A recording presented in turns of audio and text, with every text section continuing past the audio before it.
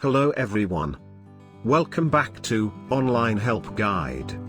Today, in this video, I will be showing you how to save messages for 24 hours on Snapchat. First, open the Snapchat app on your phone.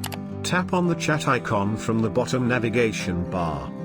Tap on the Bitmoji of the user whose message you want to save for 24 hours.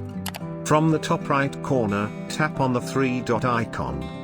Now tap on Chat Settings. Tap on Delete Chats.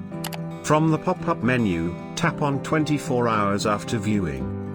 And you will save messages for 24 hours on Snapchat. Thank you for watching Online Help Guide.